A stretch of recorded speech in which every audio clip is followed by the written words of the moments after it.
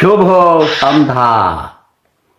হে পৃথিবীর মানুষগুলো, গরিবেরা, হে বাঙালি, বিশেষ করে বাংলাদেশের বাঙালি গরিবেরা, দেখো আমার সাথে কে, যার কথায় 32 নাম্বার বালি হয়ে যায়, মাটিতে মিশে যায় কিনা দাদা? ওটা কি কি দিয়া করছিলেন?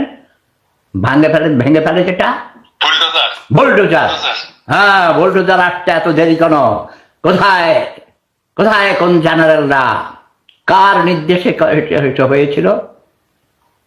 আমি তো বলেছিল আরো কিছু ঘটনা চাইছিলাম, কিন্তু মাঝপথে থেমে গেছে তারা। আচ্ছা, তো দাদা বলেন, কেমন আছেন পিনাকি দাদা? এই তো সুবিধা আছি, ভালো। আপনার সাথে কথা বলে ভালো লাগতেছে। আজকে প্রথম আমি পিনাকি দার সাথে কথা বলছি। পিনাকি দার সাথে আমার সাথে কখনো সরাসরি কথা হয়নি, যদিও আমার কাছে অনেকে বলেছে পিনাকি দা আমাকে গালাগালি করেছে। আমি ওসব পাত্তা দেই না। আমি বলেছি হ্যাঁ, গালি দিলে আমার গায়ে লাগে না, এটা খেয়ে উড়ে যেতেই। আবার পিনাকি দাকেও নাকি কে বলেছে যে আমি নাকি তাকে গালাগালি করেছি। না না, মিথ্যা বলেছে, মিথ্যা বলে তো, আমি জানি এগুলো। আমি কখনো গালাগালি করিনি আপনাকে।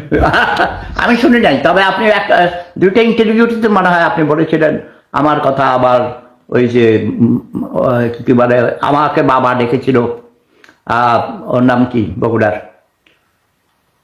হিরো আলম। হিরো আলম তা আমার সাথে কম্পেয়ার করেন নাই, মানে আপনি উদাহরণ দিতে গিয়ে কিছু কথা বলেছেন। বাট হিরো আলমকে আমি, সে আমাকে প্রথম পরিচয়ে বাবা ডেকেছিল, আমি তাকে ছেলে হিসেবে গ্রহণ করেছি যতদূর আমার দ্বারা সম্ভব। তার জন্য অনেকের আমি শত্রু হয়েছি, অনেকের অনেক কথাও গালাগালিও শুনেছি।